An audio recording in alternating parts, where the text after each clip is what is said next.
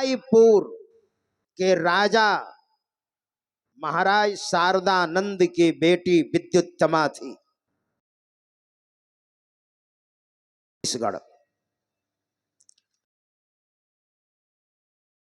थी, बहुत विदुषी थी, पढ़ी लिखी थी, और उसने घोषणा की थी जो नौजवान मुझे पराजित कर देगा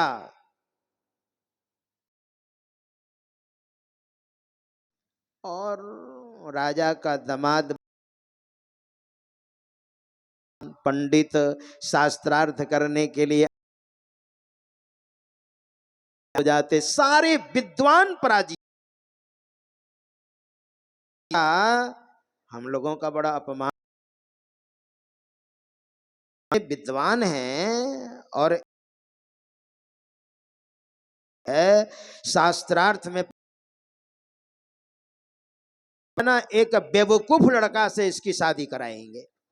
वही मीटिंग करके जा रहे थे और एक गोरा नारा संजोग हुआ, मिल गया।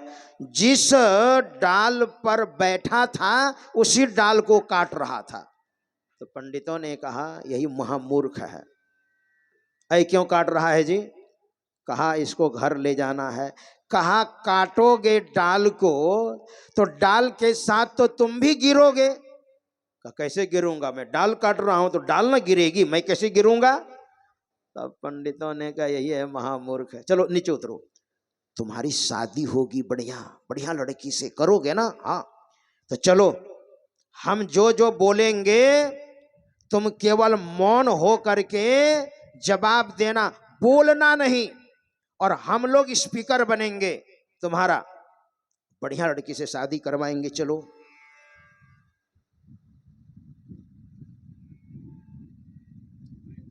तो उसने कहा ठीक है, बोलना नहीं, और कालिदास को आगे किया, सारे पंडित पीछे, और महाराज शारदानंद की बेटी विद्युत्तमा के पास चले गए और कहा ये गुरुजी हैं हमारे।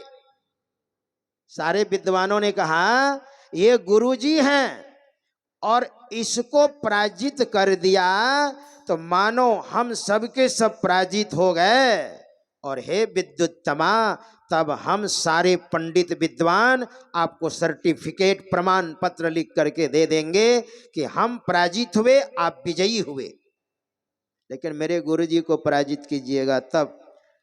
और कालिदास से कह दिया तुमको जो भी जवाब देना होगा देना, मगर बोलना नहीं, भाव दिखाना, ठीक है? तो विद्युत्तमा ने कहा अगर आपके गुरुजी मौन हो करके उत्तर देंगे तो मैं भी मौन से ही प्रश्न करूंगी। कहा ठीक है। अब चला शास्त्रार्थ। विद्युत्तमा ने क्या कहा? विद्युत्तमा ने एक अंगुली ऐसे की, ये अंगुली तर्जनी जब ऐसे की ना, तो कालिदास तो मोटी बुद्धि का था ही, जिसकी बुद्धि मोटी उसका शरीर मोटा, है ना? और जिसकी बुद्धि मोटी वो मार पीट करने में एक नंबर रहेगा, और जिसकी बुद्धि सूक्ष्म होगी वो डंडा नहीं चलाएगा, वो कलम चलाएगा, है ना? वही बात है। विद्युत्तमा ने एक अंगुली ऐसे की ना, तो कालिदास ने कहा ओ मेरी आंख फोड़ना चाहती है, तो एक आंख तुम फोड़ेगी ना तो तेरी दोनों आंख फोड़ डालूंगा मैं। इसने दो अंगुली ऐसे की। तो पंडितों ने कहा वाह वाह वाह वाह, बहुत अच्छा विद्युत्तमा जी, आपने कहा ईश्वर एक है, एक अंगुली आपने उठाई तो आपने कहा ईश्वर एक है, तो मेरे गुरुजी ने कहा एक ईश्वर से कुछ होने वाला नहीं है जब तक साथ में प्रकृति ना हो। अरे ईश्वर को भी अकेले अकेले मन नहीं लग रहा था, एको हम बहुश्याम, तो परमात्मा के साथ प्रकृति हो तब कुछ होता है, नहीं तो अकेले अकेले भगवान भी कुछ नहीं कर पाते। तो इस जगह विद्युत्तमा ने कहा ओ ये बात है, अच्छा। तो विद्युत्तमा ने दूसरी बार उसने अपनी हथेली को ऐसे कर दिया, तो गुरुजी ने कहा, कालिदास ने कहा, ओ ये थप्पड़ मारना चाहती है, हाँ? तो मैं क्या कमजोर हूं? इसने मुट्ठी बांधी और कहा तुम थप्पड़ मारेगी ना तो मैं मुक्का से मारूंगा। थप्पड़ में कम चोट लगती है, मुक्का से ज्यादा चोट लगती है। पंडितों ने कहा वाह वाह, बहुत अच्छा बहुत अच्छा। विद्युत्तमा जी, आपने कहा 5 ज्ञान इंद्रियां हैं, आंख कान नाक जिह्वा त्वचा, 5 ज्ञान इंद्रियां हैं। आपका प्रश्न था, लेकिन हमारे गुरुजी ने कहा ये इंद्रियां अलग अलग है ना तो कोई काम की नहीं। और जिसने 5 इंद्रियों को बस में कर लिया है, मुट्ठी में कर लिया है, वही विद्वान है, वही महापुरुष है, हमारे गुरुजी ने कहा। और विद्युत्तमा ने कहा मैं, और सब बहुत सारे प्रश्न का उत्तर है। तो विद्युत्तमा ने कहा मैं पराजित होती हूं, देखने सुनने में भी अच्छा था ही। और पंडितों ने शादी करवा दी। और जब पहली रात एक जगह हुए और भोर को एक ऊंट को देखा, है ना, तो पहली बार विद्युत्तमा के साथ मुंह खोला है और क्या बोलता है, उठ रहा उठ रहा। विद्युत्तमा ने कहा छोटा सा संस्कृत शब्द, जबकि उष्ट्रः शुद्ध शब्द है, उष्ट्रः, और छोटा सा संस्कृत शब्द नहीं बोल सकता है, ये तो महामूर्ख है, हमारे साथ छल हुआ है। और विद्युत्तमा ने कहा आप विद्वान बन करके आइए, तब तक मैं इंतजार करूंगी, जाइए मेरी नजरों से हट जाइए।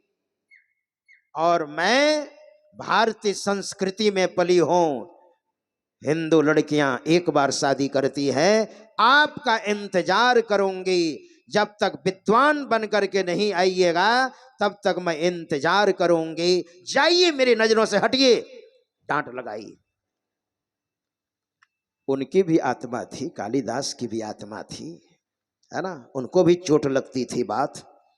और कालिदास वहां से जाता है, लोग कहते हैं कि काली मंदिर में चले गए, नहीं नहीं ऐसी बात नहीं है। ग्रंथ को उल्टाया, जितने ग्रंथों को उल्टाया विद्वान हो गए, ऐसी बात नहीं है। उनको भी कष्ट हुआ और जोश खरोश में काशी में जाकर के और बहुत कम समय में विद्याध्ययन करके और फिर आए, तब तक विद्युत्तमा इंतजार कर रही थी। और आए और दरवाजा खटखटाया, अंदर से विद्युत्तमा ने कहा कश्चित वाग विशेषः, क्या तुमने कोई अपनी वाणी में विशेषता प्राप्त की या आप वही हैं? कालिदास ने कहा अहम न पुरातन काली अहम कालिदासः। संस्कृत में जवाब दिया, वो हम काली नहीं है पुराना, हम कालिदास हैं। दरवाजा खोल दिया विद्युत्तमा ने और उनको अपना लिया। विद्युत्तमा ने जो कहा था कश्चित वाग विशेषः, ये 3 शब्द से 7 ग्रंथ लिखा है ना, 7 ग्रंथ कालिदास ने। और उसमें एक में लिख दिया श्रृंगारिक। कालिदास का रघुवंश तो है ही आदि आदि, लेकिन एक में उसने लिख दिया श्रृंगारिक। और माता पार्वती ने शाप दे दिया, कालिदास तुमने श्रृंगारिक लिखा है स्त्रियों के बारे में, तुम्हारी हत्या नारी करेगी, नारी के हाथों से तुम्हारी मौत होगी। वही उल्टा की बुद्धि उल्टी हुई और उसने खंजर भोंका, है ना। मृषा न होई देव ऋषि भाषा, उमा सुबचन हृदय धरी राखा। इतना जो मैंने उदाहरण दिया केवल मित्रता के लिए। हनुमान जी महाराज ने कहा दोनों की परिस्थिति एक है महाराज, मित्रता निभ जाएगी। और हनुमान जी महाराज ने अग्नि की साक्षी रखकर और दोनों की मित्रता कराई। भगवान श्री राम और सुग्रीव की एक दूसरे का हेल्प करेंगे, मित्र ऐसा हो। इसके बाद सुग्रीव ने कहा, महाराज मेरे भाई, अपने भाई के बारे में बताया। एक बार रात में एक मायावी, मैं दानव का बेटा मायावी, उन्होंने चुनौती दी, बाली तुम बैठा हुआ है, निकलो और हमसे युद्ध करो। बाली बहुत बलवान था, वो कहां रुकने वाला था, दौड़ा। मायावी भागा और पीछे से छोटा भाई सुग्रीव भी बड़े भाई की रक्षा के लिए भागते भागते गुफा में घुस गया। सुग्रीव से कहा बाली ने, देखो यहां पर तुम कुछ दिनों तक इंतजार करना, मैं जाता हूं उसको मारने के लिए। और बाली जो गुफा में घुसा ना, और उस मायावी को जो मारा, तो खून का फव्वारा निकला। तो सुग्रीव ने सोचा, मायावी राक्षस ने मेरे भाई को मार डाला, खून का फव्वारा निकला, और मुझे भी निकल करके मारेगा, क्यों ना गुफा का दरवाजा ही बंद कर देता हूं। तो बड़ी सी चट्टान उसने रख दी, और जब आए किष्किंधा तो देखा राजा नहीं।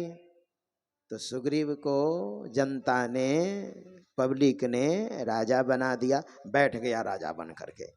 और उधर बाली मायावी को मार करके जब आता है, देखता है गुफा के दरवाजे पर चट्टान रखा हुआ है, हटाई चट्टान को उसने, और आ करके गद्दी पर बैठा है, देखा, उसको मारा, उसकी पत्नी, उसकी संपत्ति को सब ले करके, और सुग्रीव को घर से खदेड़ दिया।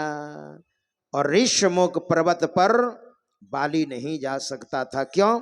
एक दुंदुभी नामक राक्षस को बाली ने उठा करके पटक करके मार डाला ऋषमुख पर्वत पर।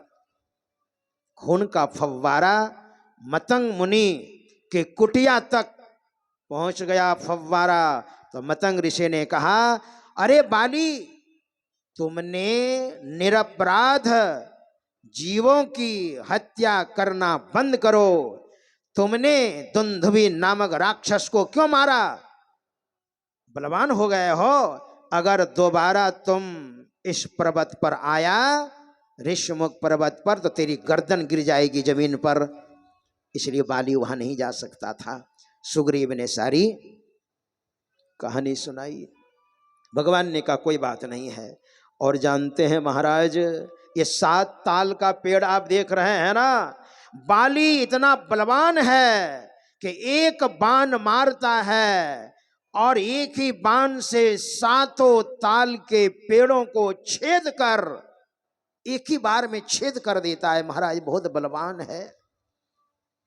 तो मुझे भरोसा नहीं हो रहा है आप पर कि आप मेरे भाई को अब मार सकिएगा।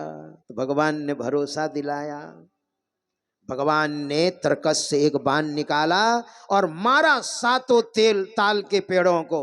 और जैसे मारा, 7 ताल के पेड़ों को छेद कर और ऋषमुख पर्वत को भी छेद कर, और पुनः तरकस में आकर के बाण घुस गया। सुग्रीव ने कहा, प्रभु अब यकीन हो गया।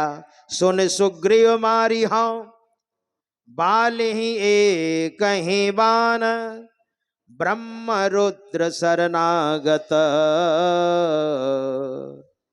गए न उबरही प्राण। तुम चिंता मत करना, ब्रह्म रुद्र शरणागत, गए न उबरही प्राण। है ना, भगवान ब्रह्मा भी, भगवान शंकर भी, इनकी शरण में भी अगर वो जाए ना तो बचा नहीं सकता। एक ही बाण से मैं मार डालूंगा। सुग्रीव को यकीन हो गया।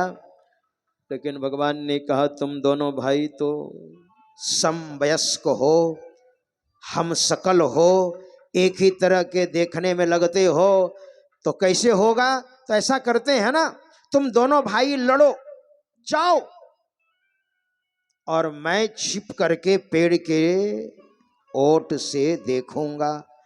सुग्रीव ने रात में जाकर के कहा, ऐ बाली निकलो, बैठा हुआ है, हमसे युद्ध करो। बाली ने कहा, सुग्रीव आज तुम्हारी मौत हो जाएगी, है ना। लेकिन पत्नी क्या कह रही? तारा, महाराज मत जाइए, सुग्रीव अपने बल पर नहीं कूद रहा है, उसके साथ में नारायण है। लेकिन जब बल रहता है ना, बाली ने बड़ी कड़ी तपस्या की थी और वरदान प्राप्त किया था, जो मेरे सामने में युद्ध करेगा उसका आधा बल मेरे पास आ जाएगा, और इसका बल तो पहले से है ही, इसलिए उसे कोई सकता नहीं था। सुग्रीव ने रात में चुनौती दी, बाली दौड़ा और बहुत मारा। भगवान ने सोचा हम बाण चलाएंगे और कहीं सुग्रीव को लग जाए तब, बहुत मारा, मारते मारते मारते बच गया, भागा।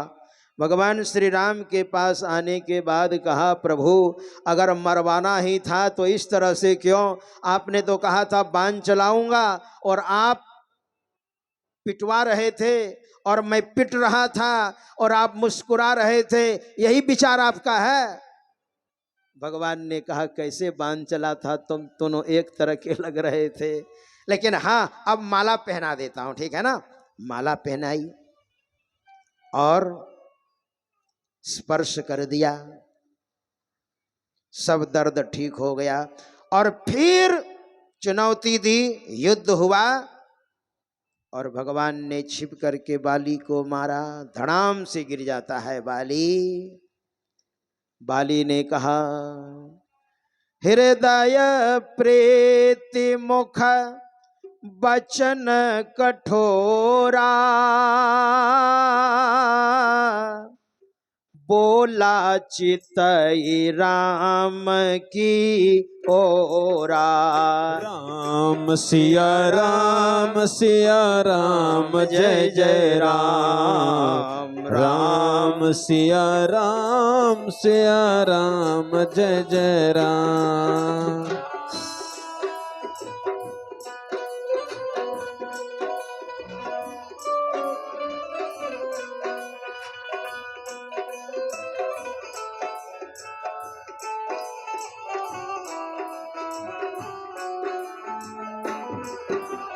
राम सिया राम जय जय राम, राम सिया राम जय जय राम। बाली के अंदर बहुत प्रेम है भगवान के प्रति, हृदय प्रीति मुख बचन कठोरा, बोला चितई राम की ओरा। मैं बैरी सुग्रीव प्यारा, अवगुण कवन नाथ मोहि मारा। मैंने क्या अपराध किया था जो आपने मुझे मारा? जब हम दोनों भाई हैं, भगवान ने गिनती कराई, अनुज बधू, छोटे भाई की पत्नी, भगनी बहन, बेटे की पत्नी सुत नारी, और बेटी सुनो सठ कन्या समये चारी। इन्हीं कुदृष्टि बिलो कई जोई, ताही बधे कछु पाप न होई। इनके प्रति कुदृष्टि कोई करता हो तो वह पापी है, और उसको मारने में कोई पाप नहीं। छोटे भाई की पत्नी को तुमने अपनी पत्नी बना ली, इसलिए तुमको मैंने मारा, तो पापी है। बाली ने कहा, अच्छा अच्छा मैं पापी हूं, हाँ तो पापी है। अच्छा प्रभु एक बात बताइए आप, मैंने सुना है कि पापी को मरने के समय आप दर्शन नहीं देते हैं, है ना। और मैं आपका दर्शन कर रहा हूं क्योंकि मरना सन्न हो। या तो मैं पापी नहीं, है ना, अगर आप भगवान हैं तो मैं पापी नहीं, अगर मैं पापी हूं तो आप भगवान नहीं। भगवान निरुत्तर हो गए, बात तो ठीक ही कह रहे हो। तब बाली ने कहा, महाराज सुनहु राम स्वामी सन, चलन चातुरी मोरी, प्रभु अजहु मैं पापी, अंत काल गति तोरी। भगवान ने कहा, अचल करऊं तनु राखऊं प्राणा, अचल कर देता हूं, स्वस्थ कर देता हूं। बाली ने कहा, बाली कहा सुनु कृपा निधाना, क्या हमको बेवकूफ समझे हैं क्या? हमको स्वस्थ कर दीजिएगा आप। अरे जन्म जन्म मुनि जतन कराही, अंतराम कही आवत नाही। ऐसा क्या बार बार होगा प्रभु? मैं शरीर छोड़ना चाहता हूं आपके सामने में। और शरीर को छोड़ा है, तारा आई है, विलाप किया है, भगवान ने समझाया है, सुग्रीव को राज्याभिषेक किया, और तब तक वर्षा ऋतु आ गई। भगवान